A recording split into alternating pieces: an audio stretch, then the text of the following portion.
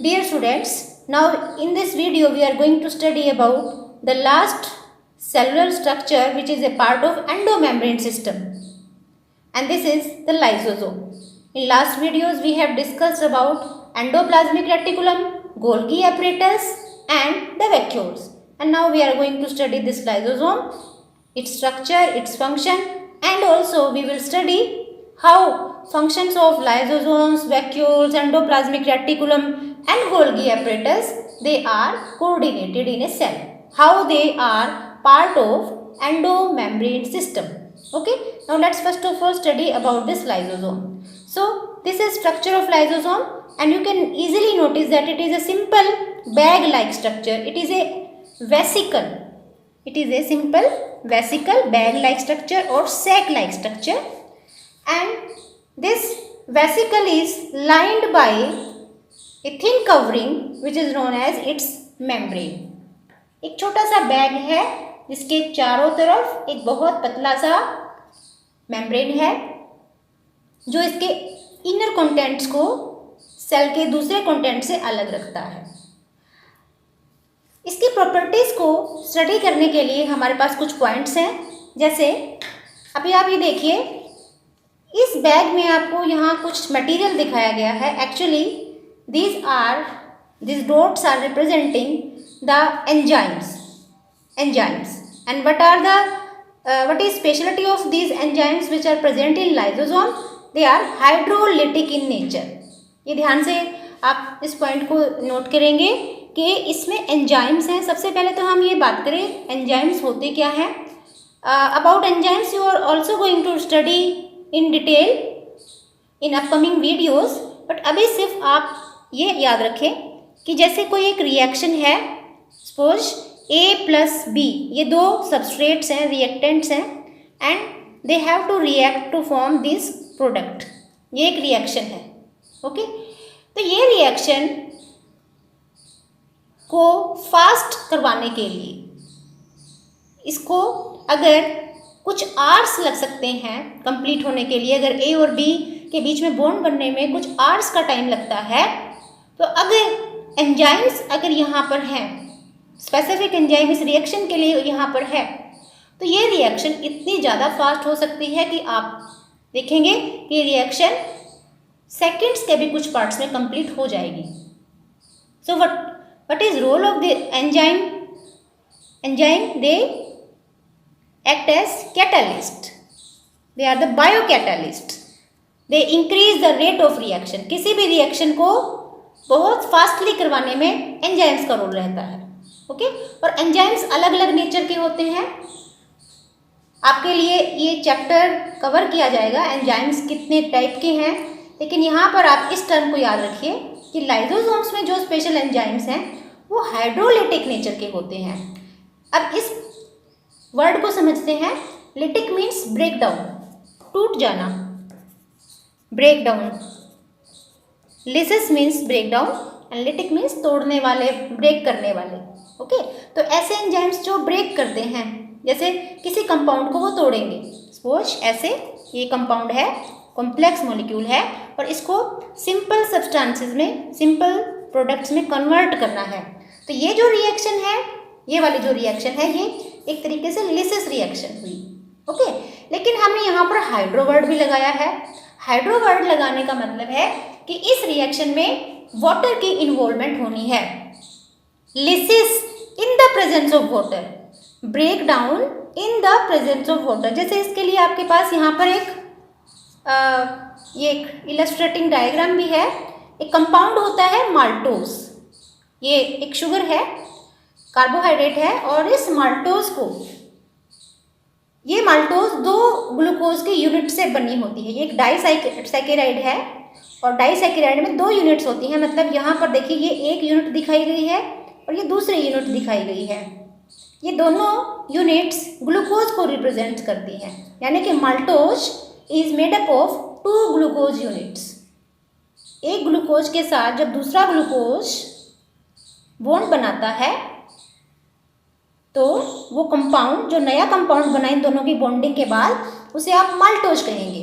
Okay, मान लीजिए ये माल्टोज हमने एज ए फूड इसको इंजेस्ट किया है, हमारी बॉडी इसे अब डाइजेस्ट करेगी। ये हमने फूड की फॉर्म में लिया और इसे हम डाइजेस्ट करेंगे। तो डाइजेशन के लिए हमें एंजाइम्स की हेल्प लेनी होती है। तो हमारी बॉडी में ऐसे एंजाइम्स होते हैं जो डिफरेंट टाइप्स के फूड को डाइजेस्ट कर सकते हैं। जैसे अगर ये माल्टोज है तो इसको डाइजेस्ट करने के लिए एक एंजाइम की हमें यहाँ पर जरूरत पड़ेगी, that is the maltase. Okay, maltase बिल्कुल एक हाइड्रोलिटिक एंजाइम है। माल्टेज जब इस माल्टोज को ब्रेक करेगा, यानी कि इसकी लिसिस होगी, तो इसके लिए माल्टेज एंजाइम को वाटर की यहाँ पर आवश्यकता होगी। It will need water to break down this maltose. So there will be addition of water. ये वाटर इस माल्टोज में जब ऐड होगा तो ये टूट जाएगा। टूटने के बाद आपको 2 ग्लूकोज की यूनिट सेपरेट मिल जाती हैं। हम यहाँ पर इस रिएक्शन में देख रहे हैं कि एक कॉम्प्लेक्स मॉलिक्यूल था और वो सिंपल मॉलिक्यूल्स में कन्वर्ट हो गया है, सिंपल कंपाउंड्स में कन्वर्ट हो गया है। लेकिन ये रिएक्शन को अकम्प्लिश किसने करवाया? This was accomplished in the presence of maltase enzyme. And what is nature of this maltase enzyme? It is hydrolytic in nature. Why we are calling is hydrolytic? क्योंकि ये लिसिस करवा रहा है, maltose को तोड़ रहा है। लेकिन इस माल्टोज को तोड़ने के लिए, ब्रेक डाउन करने के लिए it will require this water. Water will be added and then there will be splitting of this maltose molecule into glucose and glucose. Okay? So ये हाइड्रोलिटिक एंजाइम्स होते हैं। तो यहाँ पर जितने भी ये हमने डॉट्स दिखाई हैं ये एंजाइम्स हैं which are representing that they are the hydrolytic type of enzymes. Okay? तो जो भी फूड ये लाइसोसोम डाइजेस्ट करेगा उसके लिए यहाँ पर वैरायटी के एंजाइम्स हैं। नेक्स्ट इज, जैसे नेक्स्ट पॉइंट आप यहाँ पे देख सकते हैं कि सिंगल मेम्ब्रेनस स्ट्रक्चर है, बिल्कुल थिन मेम्ब्रेन है और एक सिंगल मेम्ब्रेन इसके चारों तरफ होता है। और क्योंकि एक मेम्ब्रेनस स्ट्रक्चर है तो ये यूकैरियोटिक सेल का यूनिक फीचर हुआ। ये प्रोकैरियोट्स में नहीं मिलेगा क्योंकि प्रोकैरियोटिक सेल्स में कोई भी मेम्ब्रेन बाउंड स्ट्रक्चर नहीं होता है। लेकिन यूकैरियोट्स में भी ये ज़्यादातर एनिमल सेल्स में, प्रोटिस्ट सेल्स में, प्रोटोजोएंट्स में ज़्यादातर मिलेगा। प्लांट सेल्स में भी रिपोर्ट किए गए हैं लाइसोसोम्स, लेकिन mainly it is feature of animals और the protist cells. Okay, now other special thing about this enzyme, एक तो यही हुआ कि वो हाइड्रोलिटिक नेचर के होते हैं। दूसरा स्पेशल पॉइंट आप यहाँ पर मेंशन करेंगे कि वे एसिडिक नेचर के होते हैं। मीन्स यहाँ पर अगर ये रिएक्शन अगर अकम्प्लिश करनी है, कि कोई भी रिएक्शन अगर ये करवाने वाले हैं, ठीक है, तो इस रिएक्शन को करवाने के लिए इन्हें एसिडिक मीडियम की, इनके आसपास एसिडिक मीडियम होना चाहिए। They will work only in optimum acidic medium. एक खास पीएच पर ही वो काम कर सकते हैं और वो पीएच भी एसिडिक होना चाहिए। Specific acidic pH they require for their activity. That's why they are known as acidic enzymes. Okay? तो ये तो हुआ लाइसोसोम्स में जो एंजाइम्स हैं उनके कुछ फीचर्स। अब देखिए लाइसोसोम्स की एक्टिविटी को, ये एक डायग्राम है और यहाँ पर हमने ये स्टडी करना है इस डायग्राम से कि ये लाइसोसोम्स सेल में कैसे अपना फंक्शन परफॉर्म करते हैं, how they are beneficial for a cell. तो ये जो सेल है एक एनिमल सेल दिखाई गई है और इसको आप अमीबा की सेल भी मान सकते हैं। ये प्रोटिस्ट है, सिंगल सेल्ड ऑर्गेनिज्म, और इसके पास एक इरेगुलर, इसकी कोई फिक्स शेप नहीं होती है और flexible semi permeable boundary plasma membrane is shown here. अब देखिए हम पढ़ने वाले हैं लाइसोसोम्स के बारे में। तो ये जितने भी पिंक स्ट्रक्चर्स दिखाए गए हैं ये लाइसोसोम्स को रिप्रेजेंट करते हैं। तो यहाँ पर सबसे पहले देखिए कि आप अमीबा में how amoeba take up food material, you have studied in lower classes also that it takes food with the help of pseudopodia. Pseudopodia जैसे आप यहाँ पर भी इस डायग्राम में भी देख सकते हैं, ये अमीबा है।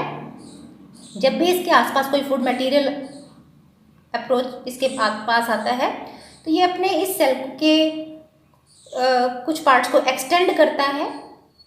एक्सटेंशन के बाद ये ऐसे फीट जैसे स्ट्रक्चर बन जाते हैं, इसको आप सूडोपोडिया कहते हैं। ये टेम्परेरी फीट जैसे स्ट्रक्चर बने सूडोपोडिया, और फिर ये इनको और ज़्यादा एक्सटेंड करता है जिससे दोनों तरफ के सूडोपोडिया आपस में एक दूसरे के साथ टच कर जाए। टच करने के बाद जो ये बीच वाली जो बाउंड्री है प्लाज्मा मेम्ब्रेन, ये डिजोल्व हो जाएगी। डिजोल्व होने के बाद जो ये मटेरियल, ये स्पेस और उसमें जो ये फूड है, यहाँ पर अभी फूड आ गया, ये फूड सेल में एंट्री कर जाता है। ओके, तो ये तो हुआ सेल का फूड को इनटेक कैसे करती है सेल।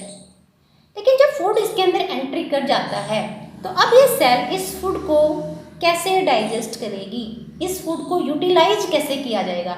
यहाँ तक तो वही स्टेप्स हैं कि ये फूड को इंजेस्ट कैसे कर रही है, लेकिन इसके बाद नेक्स्ट प्रोसेस डाइजेशन होनी चाहिए। जब फूड सेल के अंदर आ गया है तो how it will help, how the cell is going to digest this food material present in this food vacuole. तो इसके लिए हमने यहाँ डायग्राम बनाया है। देखिए, हमने यही सूडोपोडिया दिखाए हैं। यहाँ पर फूड, ये एक स्पेस हो गई, ये फूड हुआ, ठीक है, और ये फूड वैक्यूल। इतना आप पिछले डायग्राम में भी देख चुके हैं। तो ये फूड वैक्यूल है। अब यहाँ पर ये लाइजोसोम है जिसके अंदर बहुत सारे एंजाइम्स हैं। अब जैसा फूड है, जैसे इस फूड में प्रोटीन्स ज़्यादा हैं तो लाइजोसोम्स में प्रोटीएजेस होते हैं, variety of enzymes are there. जैसा फूड होगा उसी टाइप के एंजाइम्स भी लाइजोसोम्स के पास होते हैं। जैसे they have proteases, they may have lipases, they have carbohydratases, a variety of enzymes are there। कार्बोहाइड्रेटेजेस का मतलब होता है कार्बोहाइड्रेट को डाइजेस्ट करने वाले, फैट्स को डाइजेस्ट करने के लिए लाइपेज एंजाइम होते हैं, प्रोटीन्स को डाइजेस्ट करने के लिए प्रोटीएज एंजाइम होते हैं। ओके, तो ये जो फूड इसके अंदर है, ये जो डॉट आपको दिखाई दे रही है, फूड जो दिखाया गया है, ये फूड की नेचर जैसी भी होगी उसी के अकॉर्डिंग लाइजोसोम्स के पास एंजाइम्स भी होते हैं। ओके, तो ये फूड इस छोटी सी स्पेस के अंदर है जिसको आप फूड वैक्यूल कह रहे हैं।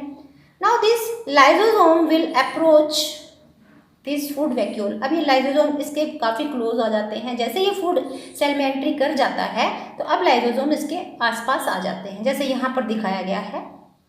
And then lysosome and food vacuole when they touch each other, then the boundary wall, जैसे ये बीच में जो प्लाज्मा मेम्ब्रेन है ये डिजोल्व हो जाएगा और जितना भी कंटेंट इस लाइजोसोम के अंदर है, कंटेंट क्या है यहाँ पर इसके एंजाइम्स हैं। ये सारे एंजाइम्स इस फूड वैक्यूल के साथ, इसका जो कोई कंटेंट है वो सारा इस सेल में इस स्पेस में आ जाता है, यानी कि ये दोनों स्ट्रक्चर्स फ्यूज कर जाते हैं और एक कॉमन स्ट्रक्चर बन जाता है।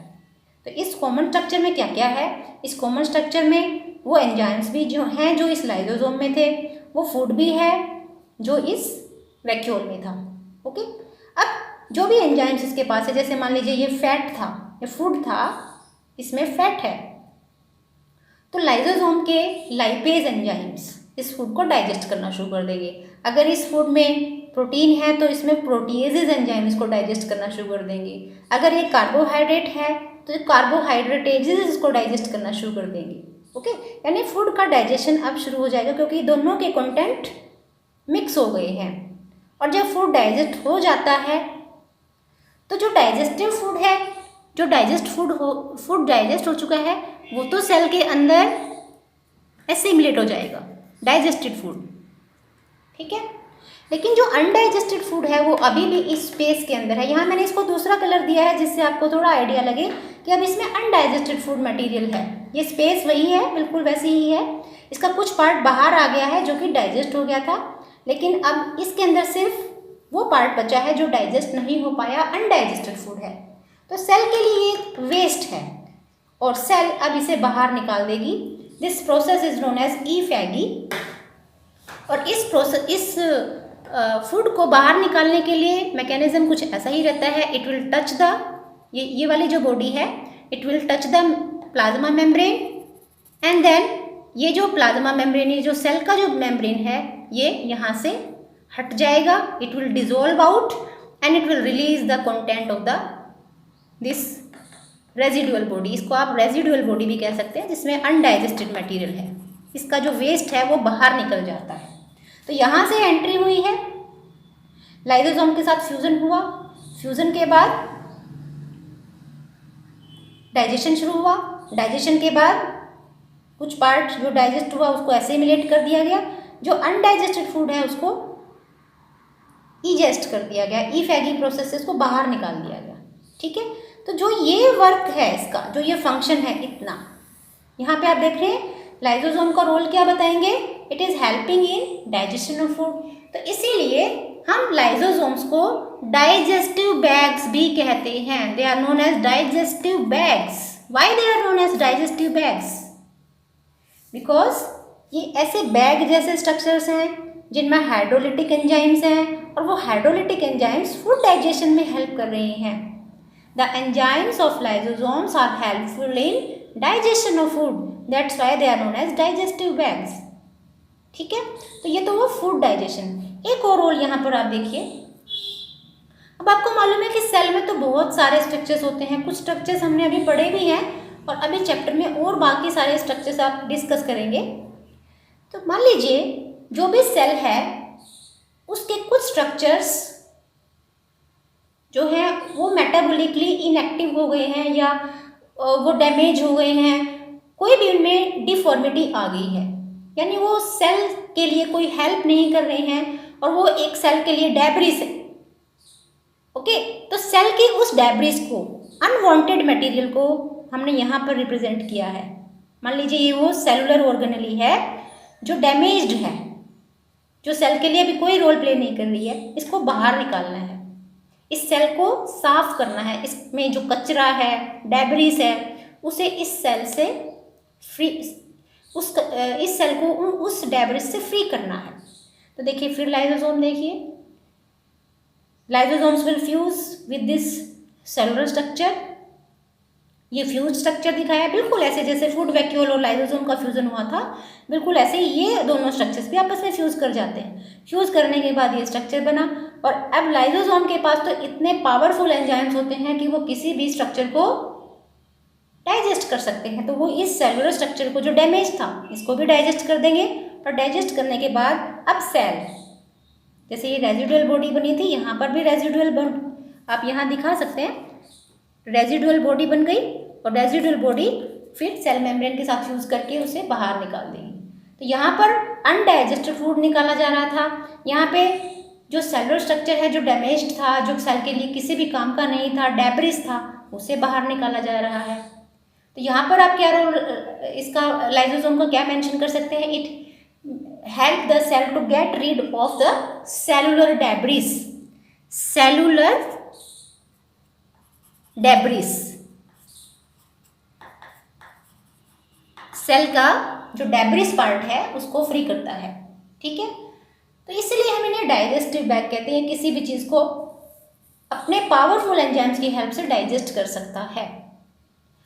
अब एक और इम्पोर्टेंट चीज़ जो लाइसोसोम से जुड़ी हुई है, जैसे कि आपसे अभी बार बार बात हो रही है कि ये बहुत पावरफुल एंजाइम्स इनके पास हैं, और किसी भी टाइप के फूड को, किसी भी टाइप के कंपाउंड को डाइजेस्ट कर सकते हैं, चाहे वो कार्बोहाइड्रेट नेचर का है, चाहे वो प्रोटीन नेचर का है, चाहे वो लिपिड नेचर का है। और ये सारे एंजाइम्स इस बैग के अंदर रहते हैं। आप यहाँ देखिए, जब फिर फूड डाइजेस्ट करना था तो लाइसोसोम्स के एंजाइम्स बाहर नहीं आते हैं, ध्यान से इसको देखिएगा, इस पॉइंट को। Lysosomes never releases its enzymes to digest this food, बल्कि यहाँ पर इन दोनों ने फ्यूज किया, फ्यूजन करने के बाद फिर से एक स्ट्रक्चर बनाया, और जो भी डाइजेशन की प्रोसेस चली वो इसके अंदर चली है, इस स्पेस के अंदर चली है, जिसके चारों तरफ एक बाउंड्री है, मेम्ब्रेन है।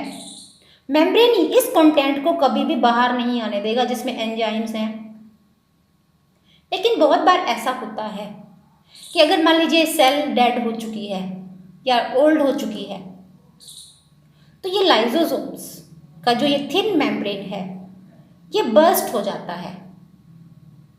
Okay, not in normal condition, लेकिन जब ओल्ड सेल है ये और इसे रिप्लेस करना है, बॉडी से बाहर निकालना है, in that case the lysosome membrane will rupture, जैसे आप दिखा सकते हैं ये रप्चर हो गया, यहाँ पे ये रप्चर करते हमने दिखा दिया, ओके ये रप्चर हुआ। तो रप्चर होने से क्या होगा, इसके सारे एंजाइम्स बाहर आ जाएंगे। एंजाइम्स जैसे ही साइटोप्लाज्म में एंट्री करेंगे वो सारा कंटेंट जो सेल का है उसे डाइजेस्ट कर देगा। इसके पास इतने पावरफुल एंजाइम हैं कि वो that they are capable to digest all the cellular contents. और जब साइटोप्लाज्म के जितने भी कंटेंट्स हैं जब वो डाइजेस्ट हो जाएंगे तो ये सेल डेड हो जाएगी। ये सेल के जितने भी कंटेंट्स हैं वो डाइजेस्ट हो जाएंगे और इस सेल को आप डेड कहेंगे।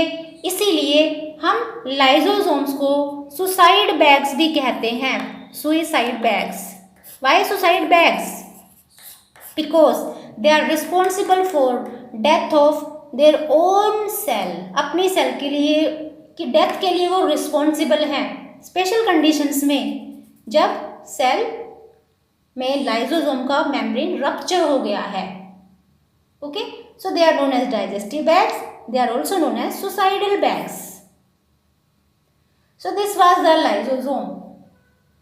अब आपने लाइसोसोम्स पढ़ लिए हैं और इसके साथ साथ हमने लास्ट वीडियोस में एंडोप्लाज्मिक रेटिकुलम को स्टडी किया था, हमने गोल्गी एपरेटस भी स्टडी किया है, ये देखिए ये भी हमने स्टडी कर लिया है।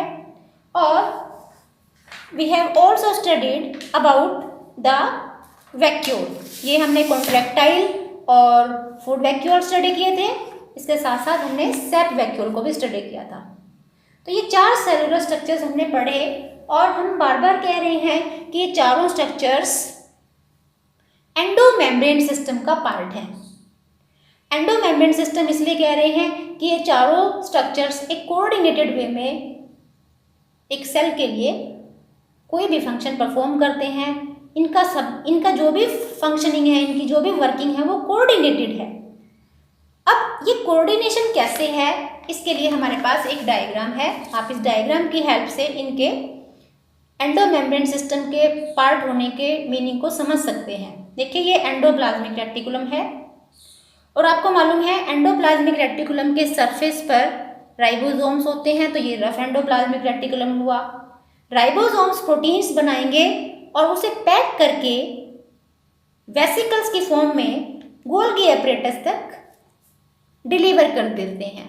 तो यहाँ पर हमने लिखा ये गोल्गी एपरेटस है, ये हमारा रफ एंडोप्लाज्मिक रेटिकुलम है। जब आप रफ बनाते हैं तो इसके ऊपर राइबोसोम्स को जरूर दिखाएं।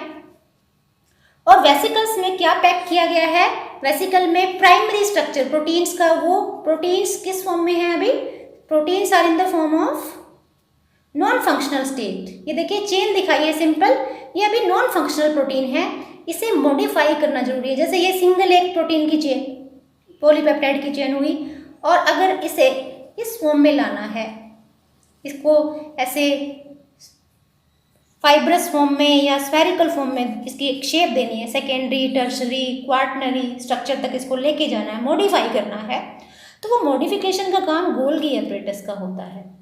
तो यहाँ पर फंक्शन इनका क्या हुआ, रफ एंडोप्लाज्मिक रेटिकुलम का, इनका फंक्शन ये है कि इन्हें जो प्रोटीन्स मिले हैं प्राइमरी स्ट्रक्चर की फॉर्म में, उन्हें पैक करके गोल्गी एपरेटस तक भेजना है, ये इनका काम हुआ।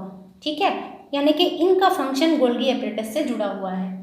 गोल्गी को जैसे ही एंडोप्लाज्मिक रेटिकुलम से वेसिकल्स मिली, उसने इन प्रोटीन्स को जो यहाँ से भेजे गए थे उन्होंने क्या कर दिया, मॉडिफाई कर दिया। ये मॉडिफिकेशन का काम यहाँ पे चलेगा। मॉडिफिकेशन होने के बाद वो जो प्रोटीन्स थे, अगर वो एंजाइम्स बन जाते हैं, हाइड्रोलिटिक एंजाइम्स बन जाते हैं, तो गोल्गी एपरेटस उन्हें पैक करके सेल में डिलीवर करेगा। और अगर ये हाइड्रोलिटिक एंजाइम है तो आप इनको लाइसोसोम्स कह सकते हैं। सिंपल वही है ये डायग्राम। लाइसोसोम छोटे छोटे बैग्स होते हैं जिनमें हाइड्रोलिटिक एंजाइम्स हैं। एंजाइम्स कहाँ से आए हैं, एंजाइम्स मॉडिफाइड प्रोटीन्स हैं। ये मॉडिफाइड प्रोटीन्स हैं, एंजाइम कहाँ पे सिंथेसाइज हुए, गोल्गी एपरेटस में। गोल्गी एपरेटस ने एंजाइम्स कैसे बनाए, उसके पास ये प्रोटीन्स का सिंपल फॉर्म कहाँ से आया, that was delivered by this endoplasmic reticulum. Endoplasmic reticulum ने वेसिकल्स के फॉर्म में यहाँ तक भेजा था। प्राइमरी स्ट्रक्चर वाला प्रोटीन। और एंडोप्लाज्मिक रेटिकुलम के पास प्रोटीन्स कहाँ से आए, क्योंकि उनके सरफेस के ऊपर राइबोसोम्स हैं। ठीक है, तो ये वो बन गए लाइसोसोम्स। तो आप समझ गए, एंडोप्लाज्मिक रेटिकुलम से गोल्गी एपैरेटस तक प्रोटीन ट्रांसफर हुए, प्रोटीन्स मॉडिफाई हुए और उन्हें बैग के फॉर्म में डिलीवर किया गया है। अब इनको नाम दे रहे हैं हम लाइसोसोम। अब ये लाइसोसोम्स आपको मालूम ही है फूड वैक्यूल के साथ फ्यूज करेंगे। ये वही वैक्यूल है जिसमें फूड है। ठीक है, तो लाइसोसोम जब फूड वैक्यूल के साथ फ्यूज करते हैं तो फूड डाइजेस्ट हो जाएगा, जो सेल के लिए यूज किया जा सकता है। तो वैक्यूल का फंक्शन है फूड को स्टोर करना। फूड जो स्टोर है, जो फूड इसमें स्टोर है, उसको डाइजेस्ट कौन करेगा, लाइसोसोम करेंगे। लाइसोसोम्स कहाँ से बन के आए हैं, गोल्गी एपैरेटस से बन के आए हैं। गोल्गी एपैरेटस ने कैसे बनाया, गोल्गी एपैरेटस ने तो सिर्फ इनके एंजाइम्स को यहाँ पर पैक किया है, लेकिन ये एंजाइम्स इसने मॉडिफाई किए हैं, बनाए हैं उन प्रोटीन्स की हेल्प से जो एंडोप्लाज्मिक रेटिकुलम ने डिलीवर किए थे। ओके, इसलिए इन सभी का जो रोल है सेल में वो, या उनका जो फंक्शन है वो एक दूसरे के साथ लिंक है, जुड़ा हुआ है। They are working in a coordinated way. क्या आप इमेजिन कर सकते हैं कि सेल में लाइसोसोम्स के बिना फूड डाइजेस्ट होगा? नहीं हो सकता। और फूड को डाइजेस्ट करने के लिए लाइसोसोम्स बनाने हैं। कौन बनाएगा? गोल्गी एपैरेटस बनाएगा। गोल्गी एपैरेटस अगर ये लाइसोसोम्स ना बनाए तो फूड वैक्यूल्स का जो भी फूड है वो डाइजेस्ट नहीं हो सकेगा। ठीक है, ये सारे एक दूसरे के साथ जुड़े हुए हैं। That's why they are part of the endomembrane system. And I hope this is clear to you.